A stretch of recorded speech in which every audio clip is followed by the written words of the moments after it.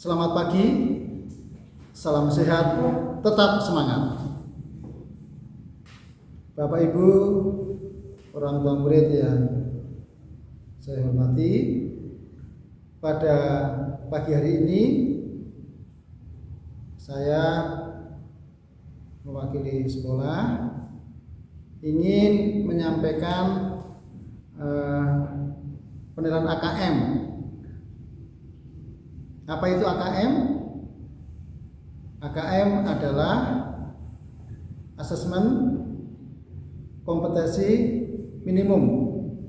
Jadi kalau dulu mungkin boleh dikatakan seperti KKM ya, kemampuan minimum ya.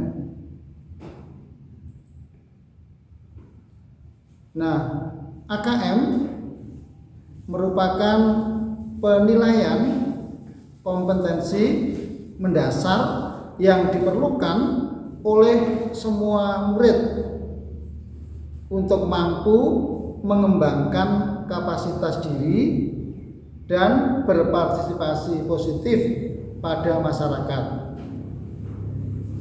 baik pada literasi membaca dan numerasi. Apa itu literasi? Apa itu numerasi? Ya.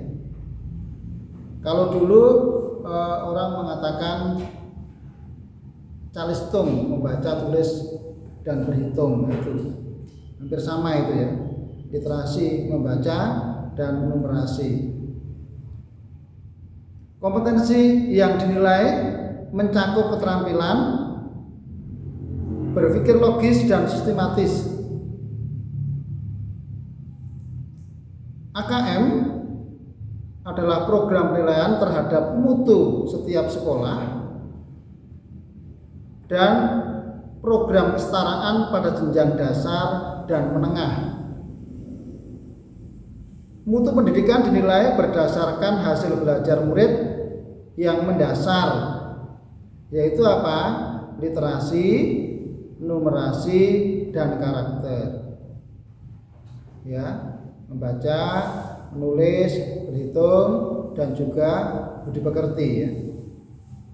Secara kualitas proses belajar mengajar dan iklim kesatuan pendidikan yang mendukung pembelajaran. Yang menjadi sasaran untuk penilaian AKM ini untuk jenjang SD itu kelas 5 dan untuk jenjang SMP adalah kelas 8 dan untuk jenjang SMA kelas 11. Jenjang SD memang kelas 5 ya, tetapi bukan berarti bahwa kelas lain tidak perlu menyiapkan. Karena kita juga tidak tahu apakah penilai asesmen sendiri mau menilai kelas berapa. Bisa jadi kelas 4 yang mau dinilai, bisa jadi juga kelas 6. Dan penilaian dilakukan secara acak, tidak ditentukan oleh kita, tetapi dari penilai itu sendiri yang menentukan. Yang paling penting kita perlu menyiapkan dengan sebaik-baiknya, dan hasilnya akan digunakan untuk pemetaan sekolah. Pemetaan sekolah. Jadi hasilnya digunakan untuk penilaian terhadap sekolah. AKM ini tidak menentukan kelulusan, karena sekarang juga sudah disampaikan oleh pemerintah bahwa ujian nasional ditiadakan. Maka yang namanya AKM ini juga tidak menentukan kelulusan sekolah. Yang menentukan kelulusan sekolah adalah ya ujian dari sekolah itu sendiri. AKM menjadi dasar perbaikan dan dalam pembelajaran. Kemudian AKM juga digunakan untuk memotret dampak dari proses pembelajaran dari aturan pendidikan. AKM sekali lagi tidak mengganti peran ujian nasional. ya dalam mengevaluasi prestasi atau hasil belajar siswa secara individual. Lalu AKM ini berupa soal-soal penilaian yang bentuk-bentuk soal AKM ada bermacam-macam ya bentuknya ya. Bentuknya bisa pilihan ganda, kemudian menjodohkan. Ini yang jarang kita lakukan untuk zaman-zaman sekarang ya. Tapi menjodohkan itu masuk di dalam penilaian AKM. Kemudian isian, uraian, ya, isian dan uraian. Dan ini mungkin yang menjadi pembeda dan ya sebenarnya tahu tetapi jarang dilakukan adalah pilihan ganda kompleks. Ya, pilihan ganda yang jawabannya nanti bisa A benar, B benar, atau misalnya A, C benar. Jadi itu namanya pilihan ganda kompleks ya.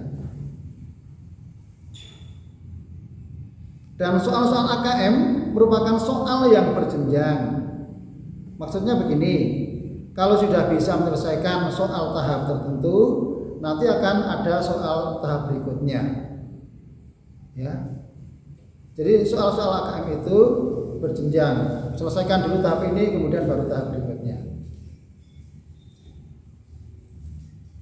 Nah, hasil AKM ini akan memberikan gambaran pada penguasaan materi peserta didik atau siswa, kemudian literasi, kemudian numerasi dan karakter siswa. Jadi memberi gambaran itu. Ini contoh sederhana terkait dengan soal AKM. Ya. Ini soal AKM-nya begini. Karena tadi dikatakan ada pilihan ganda, memilih satu jawaban yang benar dari tiap soal. Kemudian pilihan ganda kompleks, memilih lebih dari satu jawaban yang benar dalam satu soal.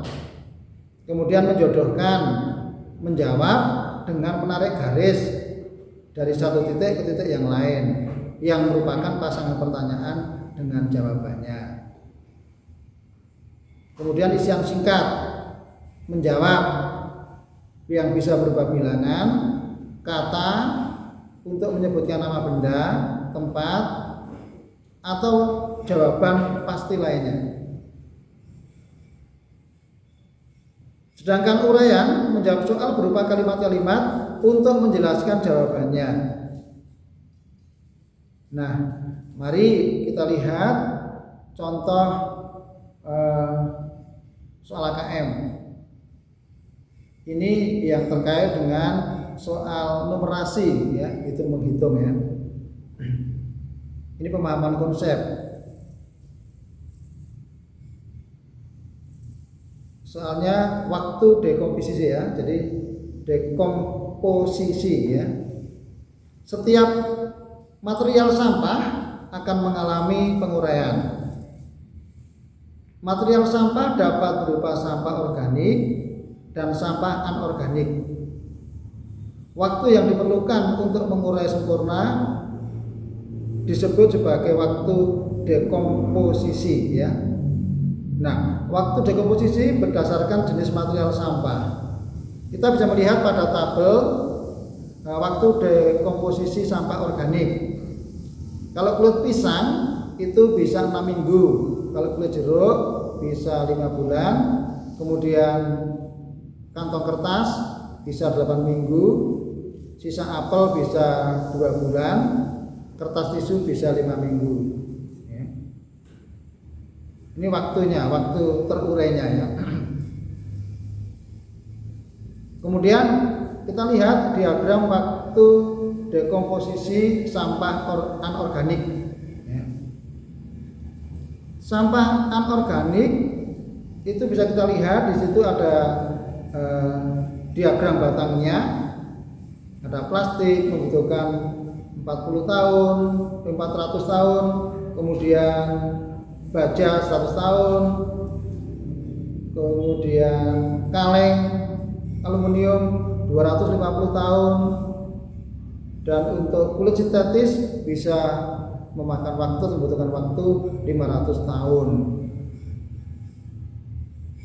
Nah, setelah membandingkan dua diagram batang dan tabel waktu dekomposisi ini, ada pertanyaan di bawahnya. Sampah organik lebih lama terurai dibandingkan dengan sampah anorganik lebih lama terurai dibandingkan dengan sampah organik. Waktu dekomposisi popok sekali pakai lebih lama dari plastik, namun kurang dari kulit sintetis. Berapa waktu dekomposisi yang mungkin dari popok sekali pakai? Nah, kita bisa melihat, menganalisa. Oh, ternyata jawabannya adalah di antara apa? Di antara 500 tahun kemudian 400 tahun. Yang ada di situ jawabannya adalah 475 tahun. Nah, ini bentuk-bentuk soal yang dibuat untuk memahami sebuah konsep. Nah, ini perlu latihan Bapak Ibu. Anak-anak kita perlu dilatih untuk memahami konsep. Ya. Maka nanti untuk selanjutnya guru-guru kelas 5 itu akan juga membantu atau juga sudah menyelipkan soal-soal yang berupa soal-soal AKM. Supaya apa? Terbiasa. Karena memang kita sadar, kita paham bahwa ada anak-anak kita kelemahannya itu biasanya terkait dengan pemahaman. Memahami nggak ngerti ya. Biasanya kurang paham terhadap satu kalimat, sehingga yang dimaksud di dalam soal itu tidak tertangkap oleh siswa. Ini terkait dengan soal menghitung pemahaman konsep. Atau bisa jadi begini Bapak Ibu, misalnya Bapak Ibu meminta putra-putrinya untuk membeli sesuatu, diberi uang 10.000 ya. Nak, belikan gula ya, setengah kilo saja, diberi uang 10.000. Harga gula itu misalnya saja 450.000 ya, 450 ya. Jadi 450.000 itu 10.000 4.500, sorry, 450.000 ya. Jadi 4.500. Nanti pertanyaan berikutnya kan begini. Anak-anak yang tadi diminta untuk membeli gula itu ada bermacam-macam uang kembalian ya, ada bermacam-macam uang kembalian. Berapa uang kembalian recehan yang mungkin diterima? Nah, bisa bermacam-macam itu, ya kan? Mungkin ribuannya 5.000-an satu misalnya, terus yang lain receh. Mungkin bisa ribuan atau 2.000-an. Nah, itu membutuhkan apa? Pemahaman. Dan soal itu bisa terjadi. Maka tadi disampaikan ada yang namanya pilihan ganda kompleks jawabannya ya. Jadi bisa jawaban nomor 1 benar, nomor 2 benar, dan seterusnya. Ya. Berikutnya terkait dengan soal aplikasi konsep ya. Sekarang kita lihat. Ini ada juga dua diagram batang semua ya. Seorang siswa membaca tabel dan diagram di atas. Ia menyatakan selisih waktu dekomposisi pada diagram A sama dengan diagram B.